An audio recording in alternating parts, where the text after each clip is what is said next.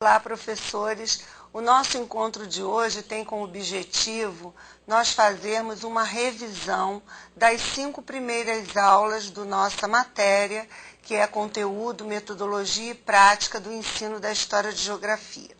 Antes, eu gostaria de conversar um pouquinho com vocês e dizer que eu tenho ficado muito animada com tudo que vocês têm escrito a respeito dos temas nos fóruns que nós colocamos no ar. E vocês têm demonstrado que estão entendendo bem o tema. Às vezes, algumas pessoas, alguns alunos mais aflitos, achando que é muita coisa, mas não se preocupem, pelo que eu estou vendo, vocês estão apreendendo direitinho o que nós estamos tentando, ou de algum modo, discutindo com vocês a respeito do ensino da história e da geografia nas primeiras séries do ensino fundamental. Então, vamos lá. Nessa aula de revisão, como vocês sabem, nós vamos trabalhar as aulas Tempo de Mercúrio e Tempo de Vulcano, de onde viemos e para onde vamos, um olhar sobre a sociedade, o espaço está aí, há que compreendê-lo, e o tempo voa, o tempo passa, o tempo voa. Cada aula dessa, você sabe que tem um tema, né? Então, na primeira, nós discutimos as diferentes correntes de pensamento da história e da geografia e os seus reflexos no ensino. Na segunda aula, nós já vimos a posição da história e geografia dentro das ciências sociais. A terceira aula, nós trabalhamos a apresentação da sociedade brasileira. A sociedade brasileira, seus números, as suas características e como nós estudamos essa sociedade através dos grupos sociais. Na quarta aula, o nosso tema foi espaço. A localização, a orientação, a representação e a organização espacial aplicadas aos espaços dos mais próximos, aos mais distantes com as crianças. E a última, o tempo passa, o tempo voa, nós discutimos a questão da construção do tempo histórico social e do tempo físico, né? Tempo histórico social e do tempo físico, como isso é feito no trabalho com as crianças do ensino fundamental. Então, vamos lá a essa revisão? Começando com a primeira aula, que foi o tempo de Vulcano, de Mercúrio e o tempo de Vulcano. Quando nós pegamos esse tema, né, que vocês lembram bastante da primeira aula, nós queríamos provar que os fundamentos e princípios das áreas dizem sempre respeito às características da sociedade daquela época. Então, todos os saberes atendem às perguntas que as sociedades fazem. Isso não foi diferente com a história e geografia. Nós centramos no século XIX, onde as características eram o positivismo, a análise do objeto, do fenômeno, o cientificismo, a concepção determinista e o Augusto Comte, que liderou todo esse movimento. Então, quando nós colocamos essa questão do positivismo, nós vimos que foi uma perspectiva filosófica que pegou todo o século XIX em todos os âmbitos da sociedade. Surgiu com o desenvolvimento do iluminismo e das crises que a Idade Média apresentou. Ela se baseava em que tudo aquilo que tivesse existência precisava ser provada. Então, a investigação científica deu a marca do momento da pesquisa. É sempre a busca do como. Como vamos entender essa questão? Como essa questão existe? Então, nesse sentido, de uma certa forma, pregava a fragmentação, porque como ela se especializava, precisava se aprofundar item a item. Então, os conhecimentos foram fragmentados, né? E No caso, como a história e a geografia, elas se colocaram dentro do positivismo. Nós discutimos muito isso aqui na nossa primeira aula, quando nós dissemos que a história se baseava em fatos cronológicos.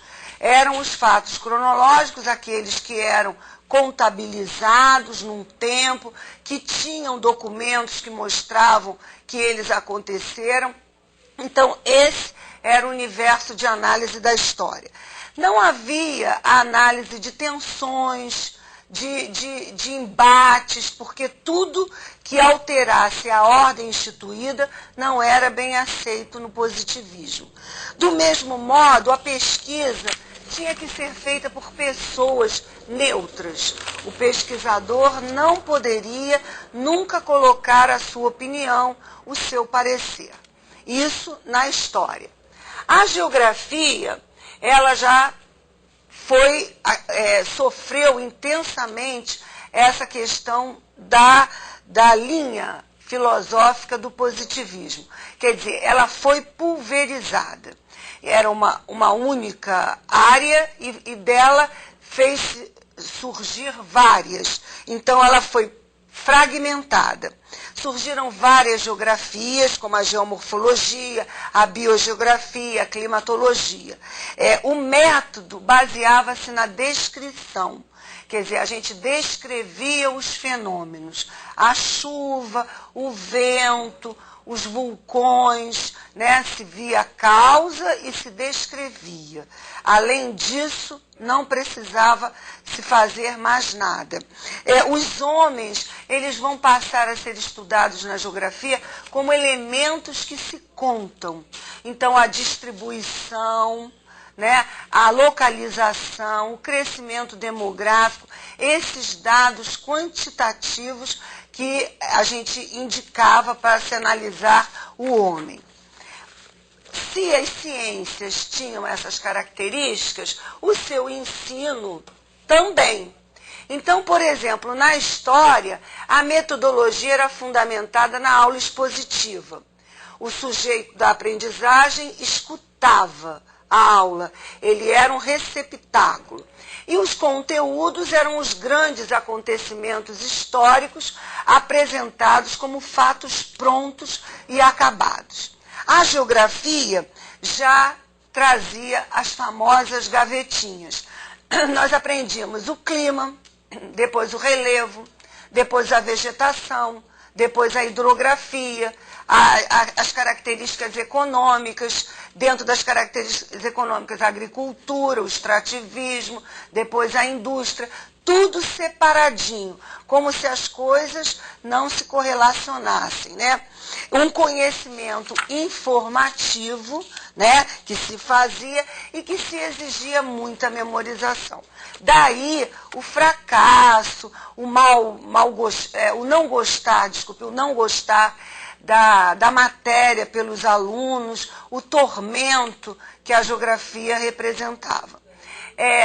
Mas isso, a sociedade evoluiu, a sociedade necessitou de novas respostas e houve uma outra corrente que surge, né, e que traz um novo enfoque para essas áreas e para o conhecimento geral, que foi o pensamento marxista. Conjuntos de ideias de Marx e Engels, que compreende o homem como um ser social histórico, que é responsável pelas mudanças, pelo desenho do planeta, pelas relações entre si e com a natureza. Então, tira o foco do fato, da coisa neutra, e coloca o homem com seu sentimento, com os seus sentimentos, com as suas ações, alterando toda a forma como se via anteriormente. O marxismo ele influenciou todas as áreas de saber e de pensamento do século XIX, no final, e principalmente no século XX. Desembocaram várias revoluções que pregavam essa questão aplicada, né, à política e à economia. No ensino, né, como é que nós vemos na história e na geografia, no ensino da história, a história é logo mediada por essa concepção histórico-social. E aí possibilita situar o aluno no entendimento da sociedade, da sua época atual. Ele não fica só no passado, ele vem e traz análises do hoje, isso é muito importante. Mostra a importância das massas. A gente aprendia o Duque de Caxias, o Tiradentes em si, né?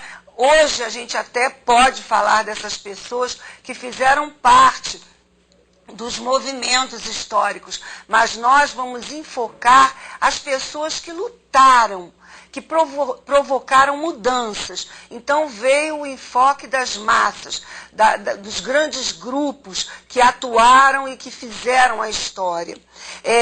Prova que tudo que aconteceu na humanidade foi resultado do dinheiro, da busca pelo lucro, da busca pela acumulação, e que nós sabemos e vivemos até hoje.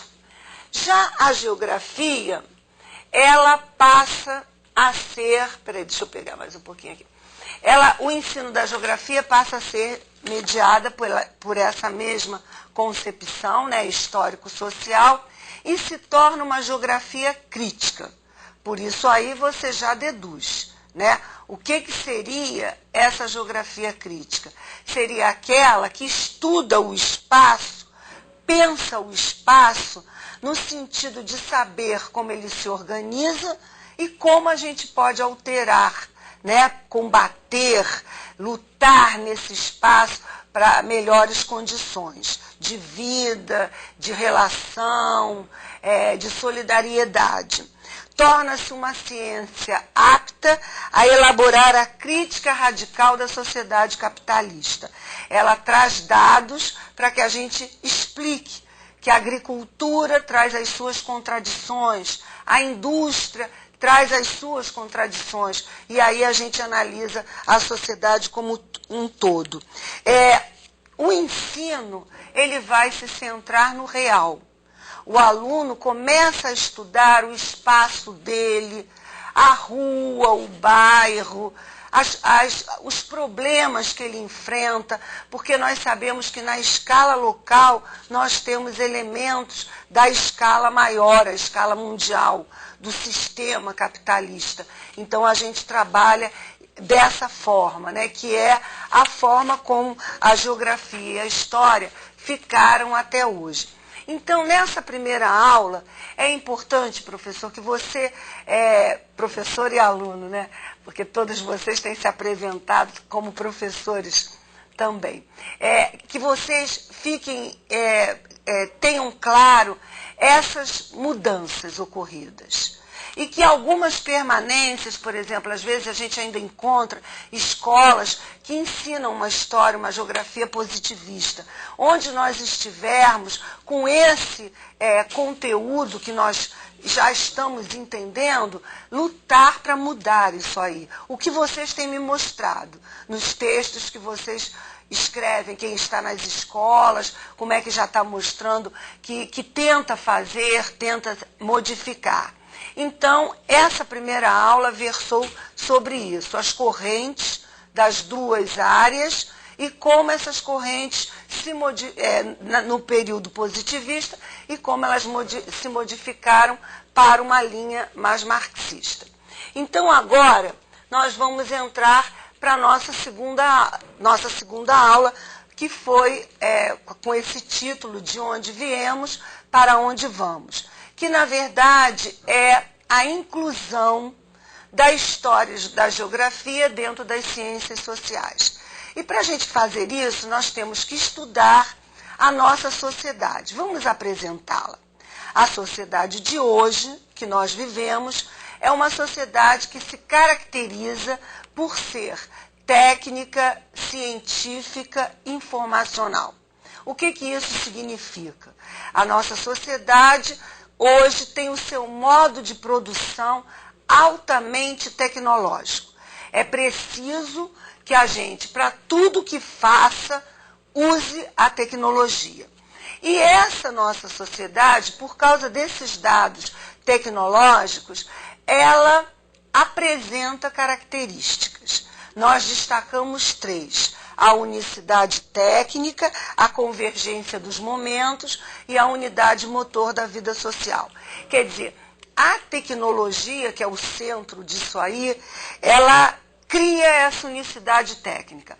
Todo mundo para ser aceito, para ter o seu produto vendido, para ter as suas ideias respeitadas, precisam trazer no bojo os princípios dessa tecnologia. Senão, nós somos pessoas ultrapassadas. Todo mundo, em todos os setores, do mais simples ao mais complexo, tem a presença da tecnologia. Unicidade técnica. Se faz a técnica de uma só maneira. Convergência dos momentos. Por causa dessa unicidade técnica, todo mundo tem que estar produzindo igual. Senão, não há mercado. Não há forma de aceitação do seu produto. E isso é um problema sério, porque o homem sempre conviveu com diferentes momentos ao mesmo tempo. Uma sociedade que tinha um ritmo, a outra tinha outro, mas hoje não. Aquela que não está apta a entrar nisso aí, de certo modo, fica um pouco alijada. E a unidade motor da vida social, quer dizer, a tecnologia, ela mexe com tudo. Nós agora, inclusive, vivemos o temor, né, de uma parada, vai parar o sistema, na coisa mais simples. O seu computador apaga, é uma morte, você perde tudo, você não sabe como é que vai trabalhar no dia seguinte, sem os dados. Quer dizer, é a unidade motor da vida social. Tudo está nesse campo, né, técnico, científico e informacional. Essa é a característica da nossa sociedade.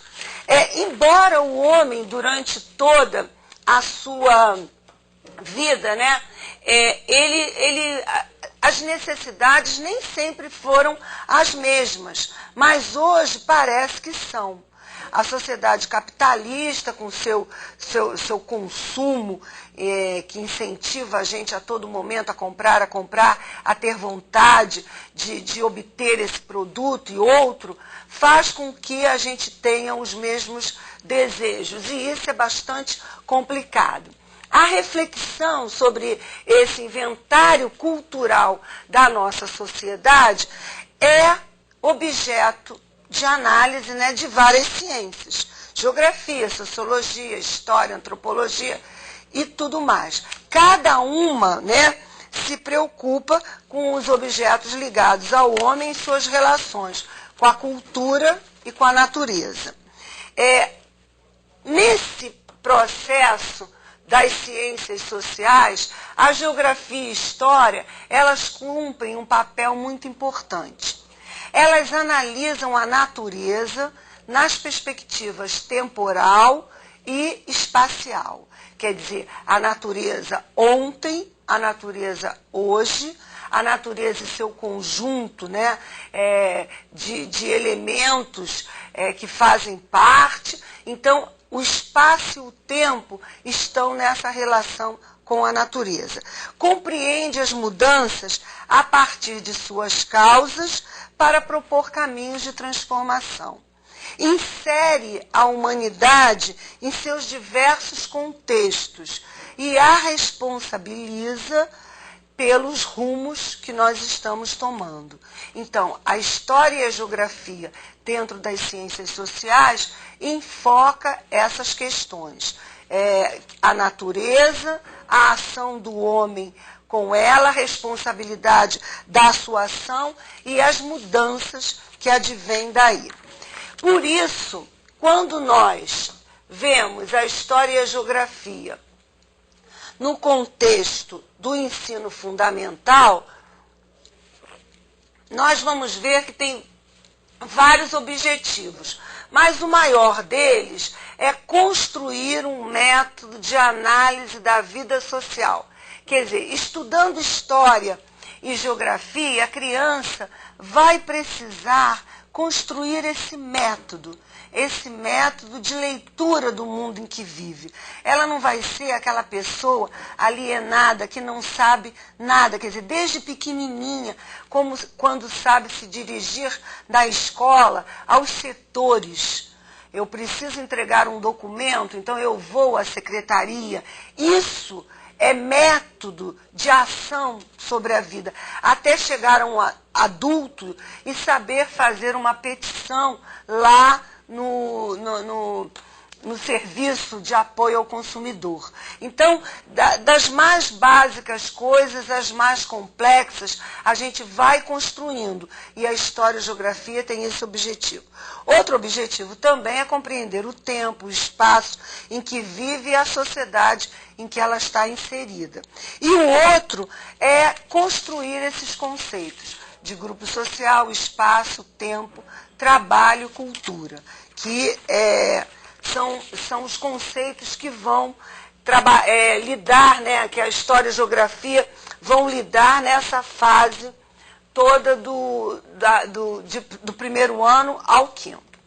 E aí nós tiramos alguns exemplos de objetivos. Eu não vou trabalhar todos, mas eu vou destacar, por exemplo, o terceiro, que seria reconhecer algumas semelhanças e diferenças sociais, econômicas e culturais de dimensão cotidiana existentes no seu grupo de convívio escolar e na sua localidade. Quer dizer, esse objetivo nos leva ao trabalho com as diferenças.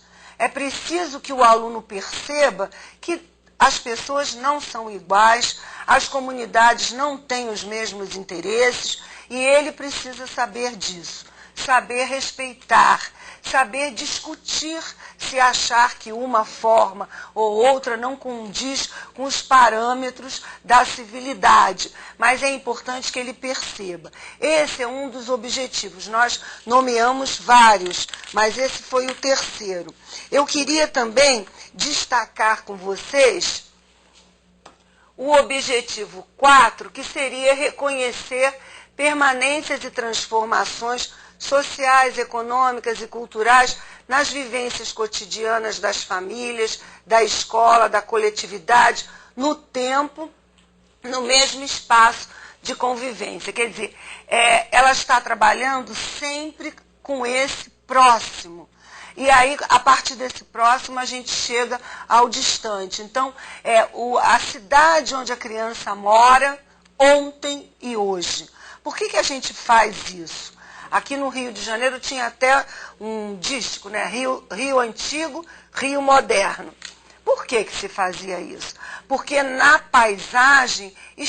paisagens estão as marcas da sociedade. Como a sociedade vive. Quer dizer, se a rua é estreita, é porque não havia essa quantidade de carros que tem hoje. Não é? Se a calçada é muito larga, é porque as pessoas andavam, né, em quantidade, a pé. Quer dizer, isso aí são características de época que a criança precisa trabalhar. Nós identificamos, na verdade, 9 objetivos, né? Vocês depois leiam direitinho e eles ficam bem claros, estão bem claros de entender. Agora, todos esses objetivos, eles precisam ser atendidos precisam ser tocados, discutidos em sala a partir das vivências e experiências das crianças. Os elementos de análise são os grupos sociais, a sociedade, porque aí a gente começa pelos grupos das crianças e chega às sociedades históricas, sociedade do café, sociedade da cana primeiro, depois a sociedade da mineração, a sociedade do café, a sociedade urbana industrial. Então você vem nesse âmbito das escalas, né? O tempo, as atividades econômicas. E isso aí sempre com esse objetivo, esclarecer a criança sobre como ela está inserida na sociedade em que ela vive. Então, nessa nossa segunda aula, né, o nosso objetivo principal foi discutir com vocês a necessidade da criança criar um método de leitura da vida social. Ela precisa inserir-se na sociedade e entender essa sociedade. Como nós vivemos do micro para o máximo, para o amplo, né? Para o grande, nós devemos analisar aquilo que está próximo dela, para chegar ao mais distante. Então é nesse caminho que a História e Geografia recomendam o trabalho de 1º ao 5º ano do ensino fundamental. Agora nós vamos para a outra terceira aula, que foi um olhar sobre a sociedade. Nessa aula nós apresentamos a sociedade brasileira. Lembra que eu até coloquei o vídeo, né, do Chico, do clipe do Chico Buarque, Antônio Brasileiro, em que ele fala que o pai era paulista, o avô pernambucano, o bisavô mineiro. Então, como a gente apresenta a sociedade brasileira com essas múltiplas características. Nós somos resultados da miscigenação de vários povos, do africano, do português, do indígena e depois dos povos que chegaram posteriormente. Então é uma sociedade de características múltiplas. Apresentamos essa sociedade. Dissemos que, de algum modo, o povo brasileiro foi se formando, crescendo, se desenvolvendo em suas lutas e dificuldades, mas nunca atingiu a grande massa do povo aquilo que as elites possuíram e possuem. Ele continua numa luta sobre isso. E um dos elementos do funcionamento da sociedade que nos prova isso são os recenseamentos, né, feitos pelo nosso instituto, que é o IBGE. Ele, de 10 em 10 anos, ele faz a contagem da população brasileira com todos os seus dados, né, para que os administradores possam organizar melhor a política nos seus municípios, no estado e tudo mais. E nós vimos que a população brasileira é hoje de 190.755.799 habitantes, que ela teve uma taxa de fecundidade, quer dizer, quantos filhos? De 2 filhos, basicamente. Quer dizer, aquela ideia que o brasileiro tem 7, 8 filhos, acabou. Com o nosso processo de urbanização, houve uma retração da natalidade. E a população brasileira está crescendo menos. O Sudeste é a região que tem mais gente, né? Seguido do Nordeste, do Sul, do Norte e do Centro-Oeste. Uma novidade que foi apresentada foi o crescimento da expectativa de vida. Nós, brasileiros, estamos vivendo mais. E nós, mulheres, mais ainda. Né? Eu sempre falo na sala de aula, eu pergunto aos alunos, vocês conhecem mais viúvas ou mais viúvos? Aí todo mundo responde, mais viúvas. Né? Quer dizer, a mulher vive mais. Segundo o IBGE, nós estamos com 77 anos e os homens com 69. Quer dizer, nós temos uma série de fatores, né, que chegam a esse quadro, né, que são os fatores de muita exposição que o homem vive na luta pelas posições, pelo trabalho. A mulher, embora hoje já tenha atingido o mercado de trabalho quase na sua totalidade, mas ela ainda se reserva uma parte para a família, embora isso futuramente seja também um grau de risco, porque ela tem que se dividir em muitas para conseguir dar conta. Mas, por enquanto, ela está caminhando e tentando resolver a questão da melhor maneira possível, sem tanto estresse como o homem, que a maioria das mortes é de doenças do coração, né? Que eles chamam de doenças da civilização. A população, como eu já disse anteriormente, ela está mais urbanizada. Nós temos hoje 84% da nossa população vivendo nas cidades. Quer dizer, isso é uma característica que ela vem se ampliando. O campo hoje está com pouca gente, quer dizer, ela não está com, pouca, porque nós estamos com a agroindústria, quer dizer, a mecanização no campo. Olha aquela característica da sociedade técnico-científica e informacional. Na agricultura, como eu disse, na área do campo, 17%, né, trabalham no setor agrícola, 15% trabalham na indústria e 68% no comércio, nos serviços, que na verdade são as atividades das cidades, né? Então, nós vemos isso. Agora, a nossa população, ela continua enfrentando problemas. Ela tem problemas de educação, de acesso à escola, de saúde, né, de acesso aos hospitais, de infraestrutura, muitas ruas ainda não pavimentadas, esgoto a céu aberto. Ela tem o problema da segurança, que aos poucos, cada município, cada estado está, pela pressão da sociedade, que é uma coisa bastante nova, que o povo brasileiro está aprendendo, né, a agir e a enfrentar, está se resolvendo. Né? Todo o Brasil sabe do que nós vivemos aqui no Rio de Janeiro e como a nossa situação melhorou bastante com as intervenções nos morros. Então, isso é uma coisa de pressão da própria opinião pública, da sociedade, e os governos se viram obrigados, né, a agir e a resolver de algum modo essa situação, que embora não seja ideal, mas já melhorou bastante. Na escola, por exemplo, o estudo da sociedade é feito primeiramente naqueles grupos que são comuns e são próximos. A gente recomenda que seja o primeiro a turma, porque é o grupo comum a todos. A família seria logo depois, o segundo, né, se você quiser colocar numa ordem, porque cada família tem uma característica, ainda mais hoje com os padrões novos de família, que inclusive o professor, quando trabalhar, não tem que dar modelo de família. Ele vai perguntar à criança como é a família.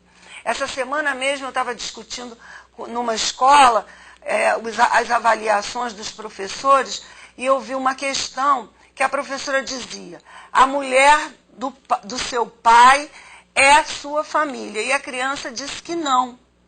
E ela veio me dizer, não está errada essa resposta? Eu falei, a que família você está se referindo? A família afetiva ou a família consanguínea? O garoto, quando respondeu isso, ele nem tem a noção do consanguíneo. Ele naturalmente não se dá bem com a mulher do pai. Então, não considera ela fazendo parte da família. Então, a gente tem que ter muito cuidado, por isso que nós estamos dizendo a todo momento, escutem a criança. Antes de você dar a sua verdade, né, que hoje a gente nem pode funcionar assim, você escute a criança, porque ela tem muito a dizer, e aí daí você vai falando. Por exemplo, nesse momento, se você tivesse detectado que ele tem uma pouca relação com essa pessoa, que você discutisse a necessidade de se agregar os novos pares, porque às vezes um casamento não deu certo, mas todo mundo continua sendo pai, continua sendo mãe, ele continua sendo filho, então seria esse caminho a fazer. Por isso que é importante, dentro da História e Geografia, estudar os grupos sociais.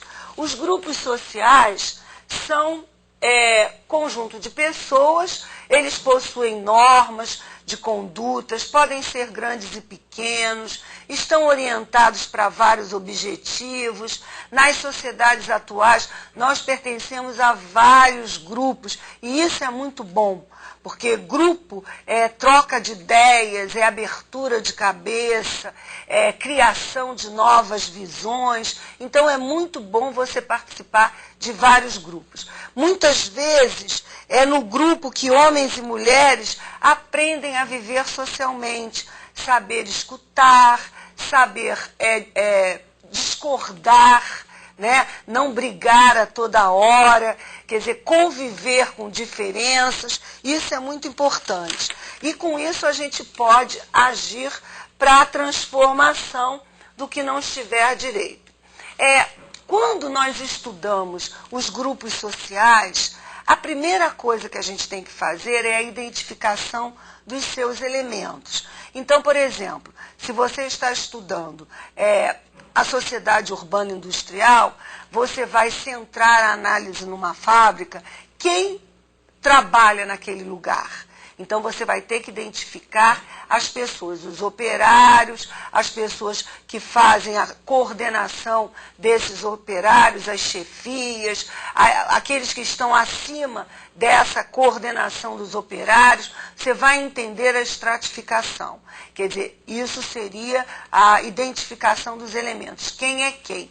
Depois, nós temos que identificar o papel-função de cada um dentro do grupo. O que cada pessoa faz. Quer dizer, nos grupos próximos, a família, a escola, é bem fácil. Nos grupos mais distantes, tanto os da história quanto os grupos de população, né, de um município, de um estado, você vai trabalhar a partir de dados que você tem. O censo seria um deles. A interdependência de funções é o outro item que você precisa trabalhar para poder dizer que as funções elas não se bastam por si só. Elas precisam uma das outras para que haja um funcionamento correto da parte do trabalho. E, por último, as regras de convivência. Todo grupo social possui regras. Aquilo que a gente faz na escola, o que pode e o que não pode. E aí a gente bota as regras de convivência. Pode empurrar o colega? Não pode. Se a gente for fazer um jogo lá fora, tem que aceitar que perdeu. São as regras do jogo. Então, nesse sentido, a gente vem desse grupo mais próximo para os mais distantes. Quando a gente entra no período colonial do Brasil, quais eram as regras das famílias abastadas, quais eram as regras dos escravos. Quer dizer, tudo isso a gente vai trabalhar com eles.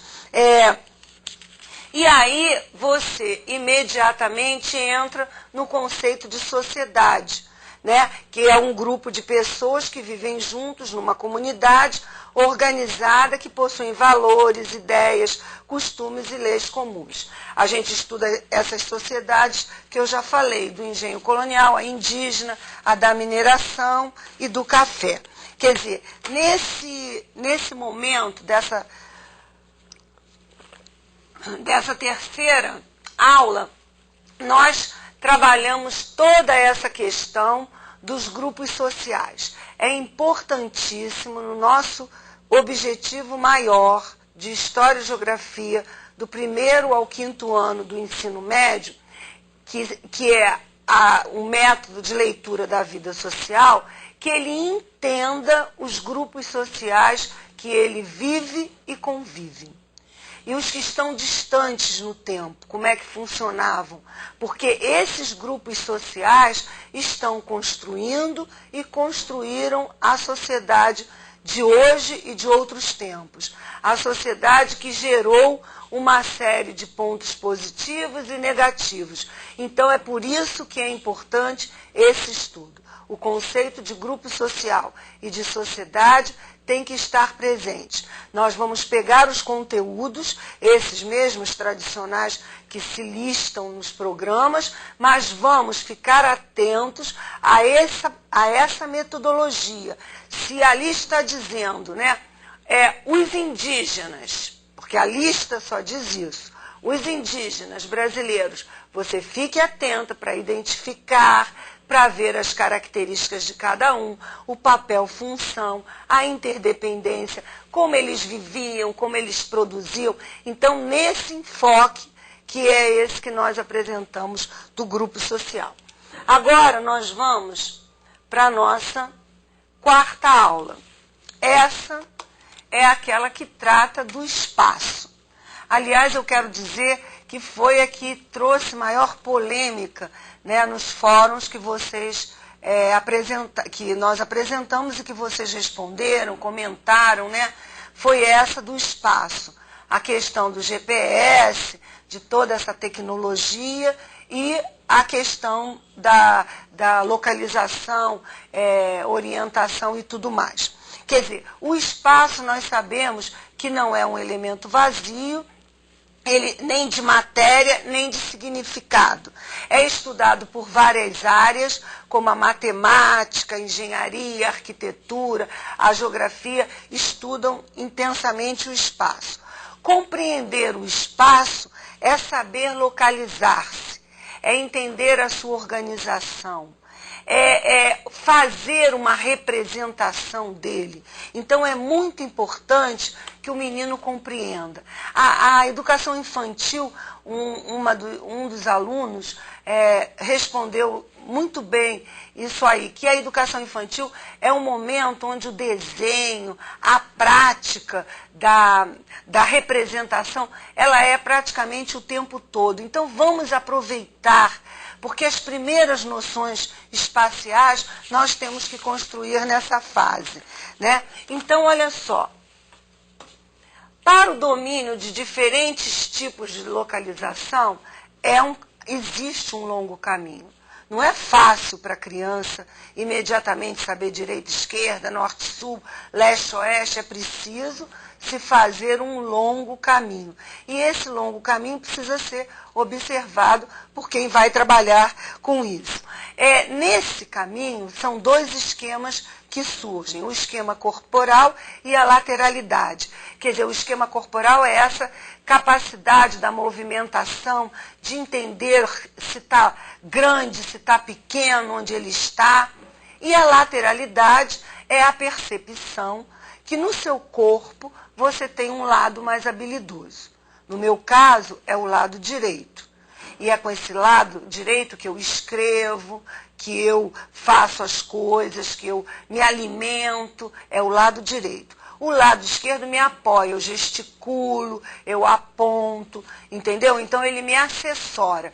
Quando a criança descobre essa sua lateralidade, é muito mais fácil ela se relacionar com o mundo. Então, as relações espaciais são, então, as formas de contato e posicionamento da criança com o espaço.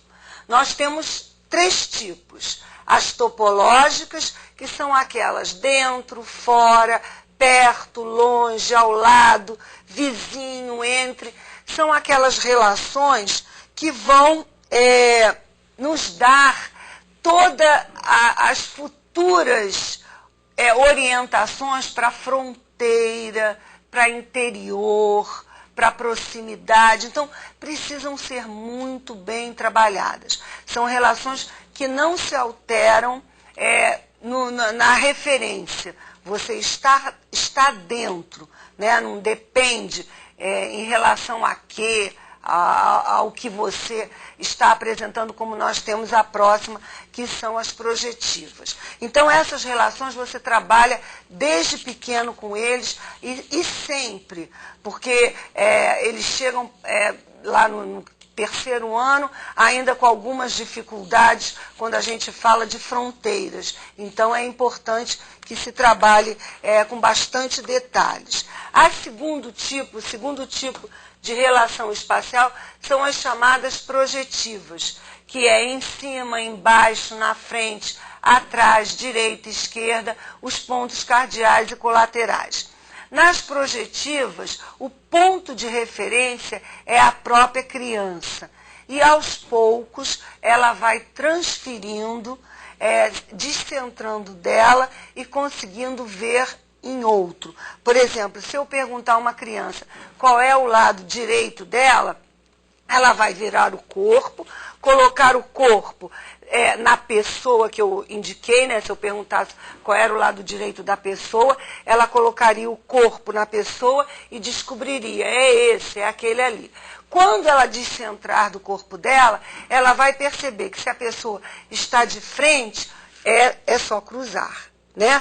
Então, isso é um trabalho que a escola tem que fazer, né? Tem que trabalhar também a questão dos pontos cardeais e colaterais, dizendo a origem, que a gente explicou detalhadamente na aula, né?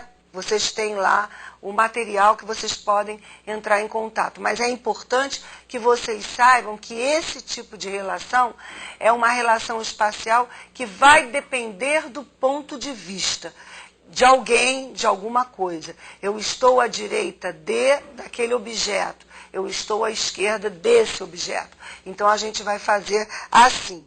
Nesse trabalho, a gente pode usar os trajetos das crianças de casa à escola, que eles mapeiem esse trajeto e tudo mais. E aí a gente vai apontar as referências. É um trabalho delicioso de fazer. Você não vai dizer para ela, eu estou trabalhando as projetivas, as euclidianas, as topológicas, não.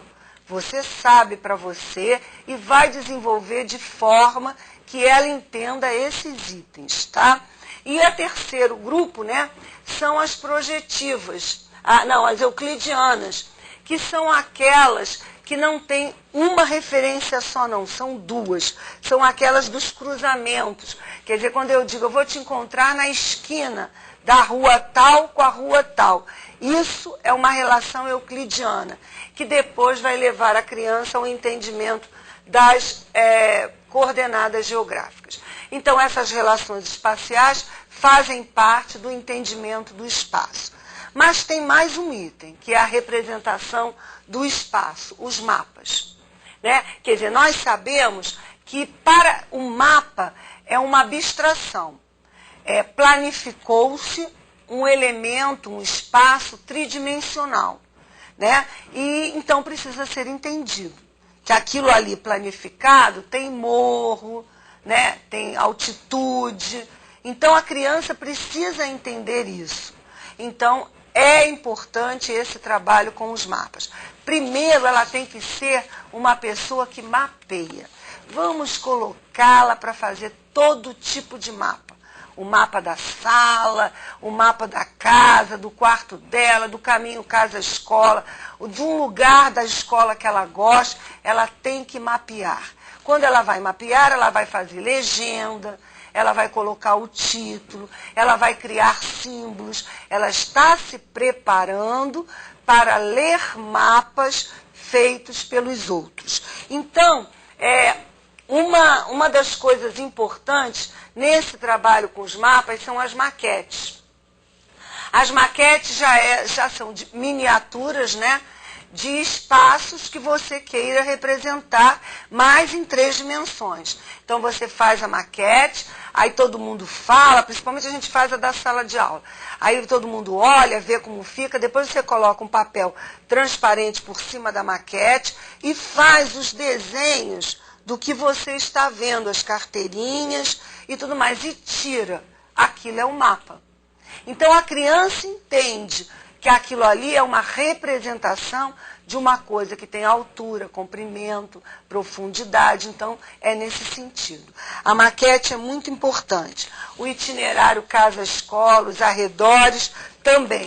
Nesse processo, né, os aspectos naturais também são observados e são importantíssimos para a criança já formar os seus conceitos. O terceiro item do conceito de espaço é a estruturação, a organização. A criança precisa entender que os espaços são organizados porque eles têm uma função. Essa função vai lhe dar a característica de organização. Então, ela vai começar a analisar o espaço da sala de aula, quando a professora dá uma aula expositiva, quando a professora trabalha em grupos, como é que a gente se organiza para fazer o jogo da bandeirinha lá embaixo, o próprio jogo de futebol, como é que se organiza. Então, a organização dos espaços, elas representam o que aquele local está nos dizendo. Porque depois ela vai começar a ver as paisagens não como mágicas. Está ali porque está, não. Aquilo foi organizado por uma sociedade.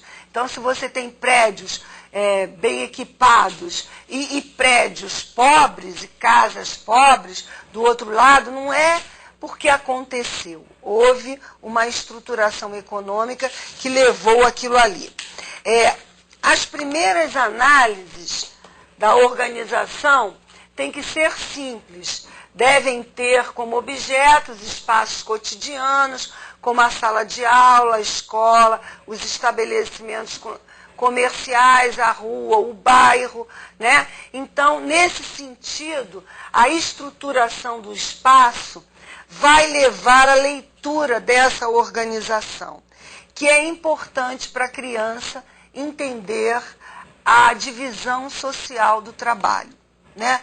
A divisão social do trabalho é o lugar que cada um ocupa pela produção que ele empenha e que essa produção é remunerada. Então, de algum modo, ele vai se lotar numa cidade de acordo com os seus rendimentos. E aí a criança vai fazer essa leitura, que é muito importante dentro daquele objetivo primeiro, que é um método de leitura da vida social, da vida onde ele está inserido. Então, quando a gente fez o trabalho com esse tema, né, o espaço está aí, há que compreendê-lo, foi muito importante porque nós trouxemos para vocês a análise do processo de aprendizado do espaço. Que nesse processo de aprendizado, nós temos a localização e orientação, a representação e a organização. Na localização e orientação, temos que construir com eles, fazendo-os entender bem as relações espaciais, as topológicas, projetivas e euclidianas. E depois, como se faz o mapa, como se apresenta o mapa. Então, foi uma aula em que o espaço foi apresentado como um elemento a ser construído para a leitura de uma realidade em que se vive. E agora a última, né, a nossa última aula, que é o tempo passa, o tempo voa, nós vamos para a história, né? E o tempo é o conceito principal. Diferente do espaço, o tempo é mais abstrato, né? O tempo ele não é palpável. O espaço, a criança está no espaço. O tempo não, ela sente o espaço. Então, ao chegar na escola, ela já traz algumas noções de tempo, ela faz relações. É manhã porque eu acordo, né? Tá na hora do almoço, é a hora que eu vou me arrumar para a escola. Então, ela vai fazendo relações com as coisas concretas que acontecem. Mas ela ainda não sabe contar as horas, porque hoje, no relógio digital, se ela souber um número, né, ela até diz as horas, mas não sabe calcular as horas, ela não entende semana, ela não entende mês, não entende ano. Então, isso são elementos que precisamos construir. O trabalho com a construção da noção de tempo passa por 3 estágios. O sensório motor, o intuitivo, ou pré-operatório, e o operatório. O sensório motor é aquele do bebê.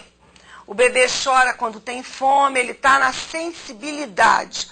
O intuitivo pré-operatório é quando ela faz essas relações com o concreto. E o operatório é quando ela calcula. Ela vai saber como se calcula o século, ela vai saber, porque a gente não pode dizer achando que ela entendeu. Nós temos que fazê-la entender e transferir isso num outro momento de reflexão e até mesmo de ação, né? Aí eu me lembro muito bem que na mudança, né, do século XX para o XXI, algumas pessoas achavam que o ano 2000, porque começava com 2000, né, era o início do século XXI. E foi preciso que o jornal, a televisão, dissesse que não, que os anos começam, os séculos vão começar sempre pelo ano 1, que a contagem nossa a contagem do nascimento de Cristo. Então, ano 1. Então, a gente vai começar o século XXI no ano 2001. Né? Então, isso é uma coisa que é importante que a criança aprenda. E a escola tem que fazer isso. Nesse estudo do tempo, nós vamos ter duas dimensões. A dimensão do tempo físico e a dimensão do tempo histórico-social. Na dimensão do tempo físico, que é esse que a gente conta, né? Nós vamos ter que trabalhar a criança para ela passar do intuitivo, que é esse entendimento do tempo, pelos dados da vida dela, para o operatório. Essa é a nossa função na escola.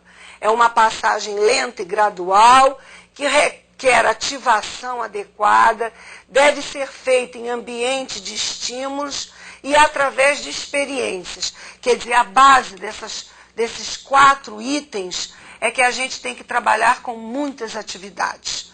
A criança tem que fazer atividades. Então, nós vamos criar os desenhos, trazer fotos para que ela veja o antes e o depois, para que ela entenda períodos, que é para poder ela entender, fazendo muitas linhas de tempo. São dados importantíssimos nessa construção. E é o que nós chamamos de noções temporais. Ela tem que entender ordem e sucessão. Ela tem que aprender a ordenar. Primeiro, segundo, terceiro. O que veio antes, o que veio depois. Porque ela faz umas relações, ainda nesse sensório motor, que ela diz, por exemplo, é mais velho quem é mais alto. Ela não traz algumas referências de desenvolvimento. Então, é importante que o professor trabalhe a partir de atividades, e não só de história, com os textos de português, com as histórias de literatura infantil. Quer dizer, é muito importante que se trabalhe isso.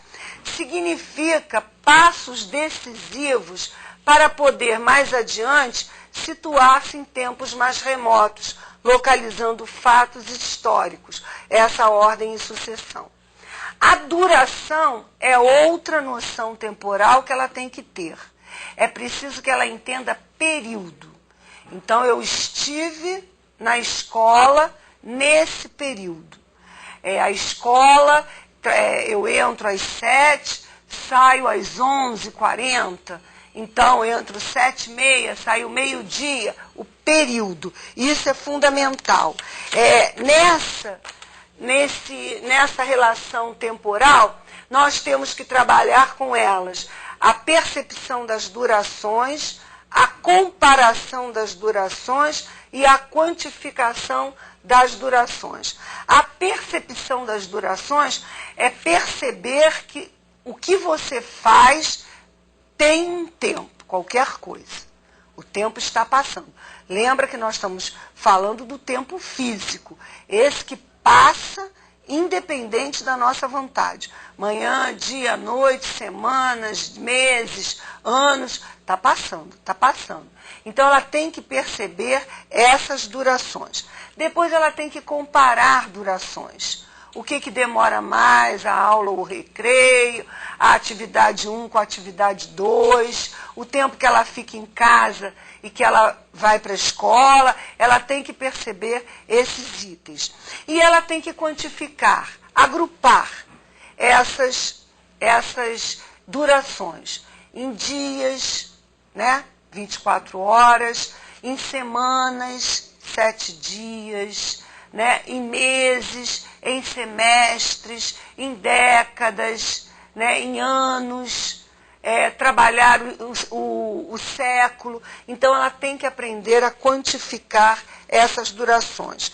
O trabalho com as durações é fundamental para a noção de periodização, que é aquela noção que depois você vai usar no outro tempo, que é o seguinte, que é o histórico e social.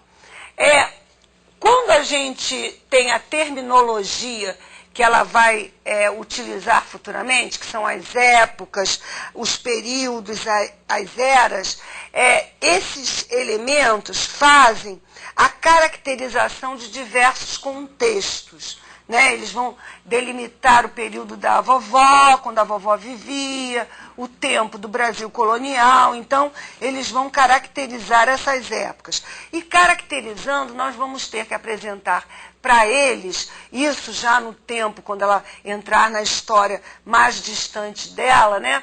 A duração do fato, quer dizer, os fatos em si, o que eles são, né?